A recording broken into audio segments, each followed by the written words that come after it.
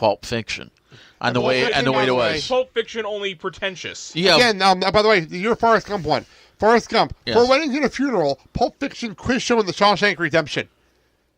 Damn. That's a group. That's a fantastic group. I would say probably with the exception of 4 Weddings and a Funeral, that's actually a fantastic group. Yeah. I didn't realize Babe was nominated for Best Picture. Well, there you go. Because Apollo 13 and Braveheart, A Sense of Sensibility, and The Postman. Yeah. These are movies that I actually know. Like, we don't have categories And just to anymore. clarify, it's the Spanish film, not the Kevin Costner film. No, yeah, you're right. Absolutely right. Yeah. Okay. And Beauty and the Beast, by the way, was nominated in the Silence of the Lambs year. Although I will admit The Postman doesn't deserve a lot of the hate it gets. So, just making a point, though, there was a time where popular movies did win Academy Awards. Yeah. Now look at it. Yeah. Dark Knight. Yeah. Yes. But even that's because people would have had a bitch fit if Heath Ledger didn't win. Yeah, but still, you could say Dark Knight won a best actor. Yeah. Right. I would say the best actor nod was inevitable for that one. What really shocked me was Robert Downey Jr. getting nominated for Tropic Thunder. True.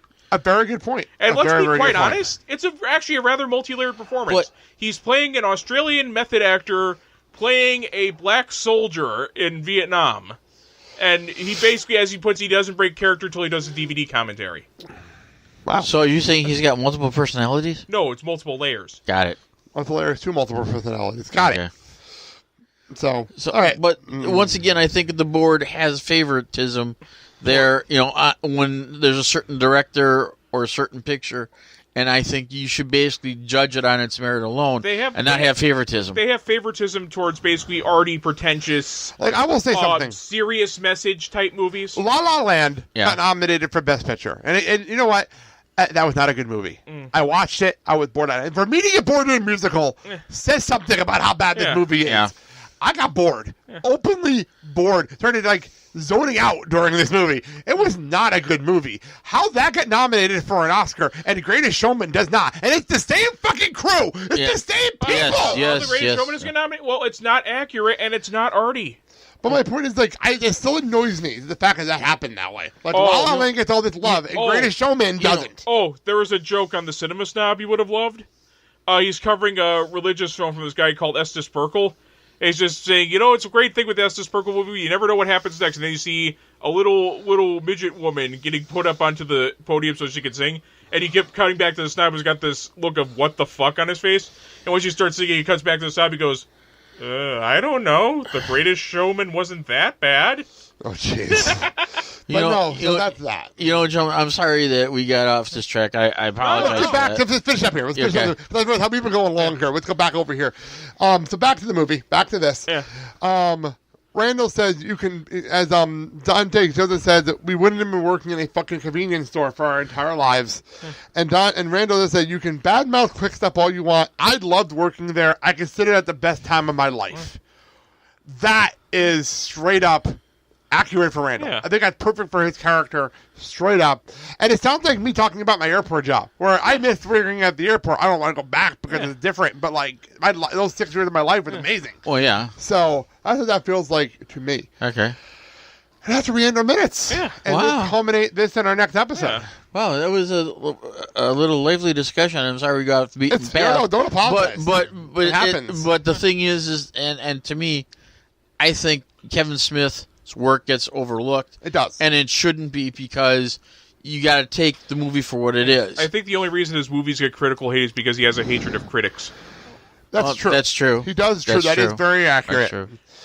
So that is that. That is our episode. That is our movie. That is 2018 here on Clerks Minute.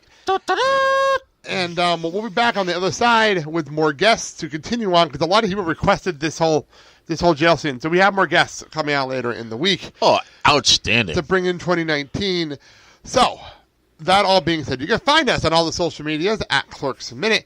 Obviously, you know where to listen to us at this point. And join the Facebook community and find us over there. Quick shout out to our guys over at Jay and Silent Bob Minute. Very good guys, and they're working on, I think at this point, they're finishing up Mallrats and getting pre-production for Dogma. So, very good guys over there. Good guys. I was on their show for Mallrats. Awesome people. Also, plugging the Movies by Minute community.